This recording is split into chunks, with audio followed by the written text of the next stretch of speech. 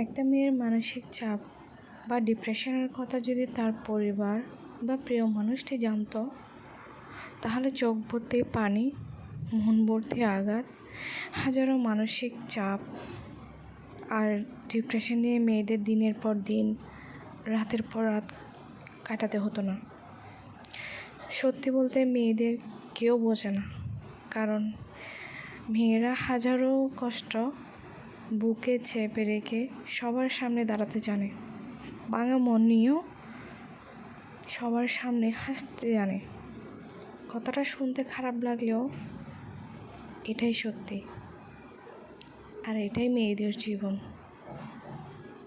মেয়েদেরকে আসলে বোঝার মতো মন একমাত্র নবীজিরই ছিল, কারণ নবীজি ছিলেন আমাদের পিতা, যার জন্য সব সময় বলে গিয়েছেন, তোমরা মেয়েদের কষ্ট দিও না।